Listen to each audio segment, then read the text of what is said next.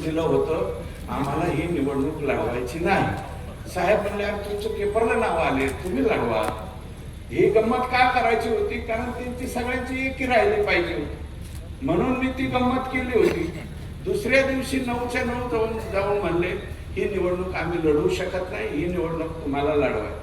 आणि त्यावेळेस मला मुख्यमंत्री पंकजाताई, त्यावेळेस ग्रामविकास मंत्री होत्या, त्यांनी सुद्धा एक 10-15 दिवस त्यांचा सगळा कार्यभार जो आहे तो बंद करून त्या निवडणुकीमध्ये लक्ष घातलं होतं. आणि सगळ्यांनी, सर्व नेते मंडळींनी जे म्हणून, आता जे माझ्या विरोधात होते ते तर विरोधातच काम करणार नाही, त्यांना मी दोष देऊ शकत नाही, कारण त्यांचा पक्षाचा उमेदवार होता. एक तर मूळ पक्षाचा जो उमेदवार होता त्यांनीच विड्रॉल केलं. म्हणजे नवरी जी आहे त्यावेळेस मंडपापर्यंत आली, पण हार घालायच्या आधीच पळून गेली, बाजूला झाली. आणि नंतर दुसरे नवरदेव उभे केले त्यांनी, दुसरी नवरी उभा केली, ती उभी केली. आणि लोकांनी मतदान केलं, सर्व पक्षभेद विसरून, जातीभेद, धर्म असलं काही मनात न ठेवता मला सुद्धा सगळ्या लोकांनी मतं दिली.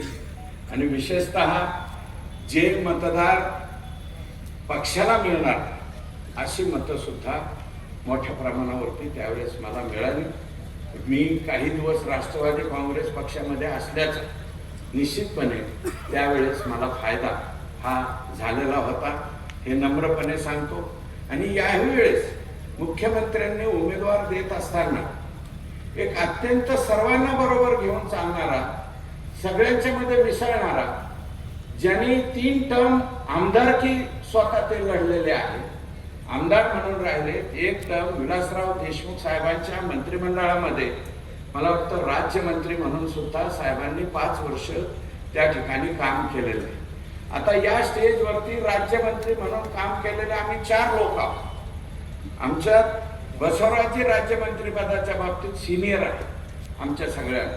नंतर बदाम आबा सिनियर आहे, मला वाटतं आबा सिनियर असतील, कारण ते 95च्या नंतर त्या कालावधीमध्ये 4.5 वर्ष. नंतर 99ला बसवराजी होते, नंतर प्रकाशदादा झाले, आणि नंतर मी सुद्धा 1.5 वर्षासाठी राज्यमंत्री त्यावेळेस राहिलो. त्या 1.5 वर्ष राज्यमंत्री मताचा सुद्धा मला निश्चितपणे फायदा झाला. आणि आज अजितदादा नाही आहेत, परंतु दादांच्या त्या निर्णयामुळं मला निश्चितपणे त्यावेळेस फायदा झालेला होता. आदरणीय गोपीनाथरावांनी निश्चितपणे, आम्ही ज्यावेळेस आता बोलताना राजाभाऊ अण्णांनी म्हणजे उल्लेख केला, त्यावेळेस गोपीनाथरावजींच्या जवळ आम्ही गेलो, पंडितांना अध्यक्ष होते, आणि प्रकाशदादा आणि मी, आम्ही दोघांना जी संधी दिली त्यावेळेस आग्रहाने पंडित अण्णांनी सांगितलं होतं की हे दोघे जिल्हा परिषद सदस्य आहेत आणि हे दोघे आमदार होऊ शकतात. 99ला त्यावेळेस प्रकाशदादांची जागा सुटलेली होती, दादांचं म्हणजे इझी गोळींग झालं होतं तिकिटाचं.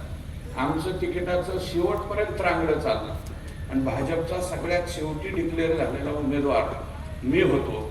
त्यावेळेस मुंडे साहेबांनी तिकडच्या 2 जागाची आलटापलटी करून ही आष्टी ही जागा ही भाजपाला सोडून घेतली, आणि मी त्यावेळेस 1999ला आमदार झालो. राज्याचे मुख्यमंत्री आम्ही एका टर्मच्या, प्रकाशदादा आम्ही सर्व.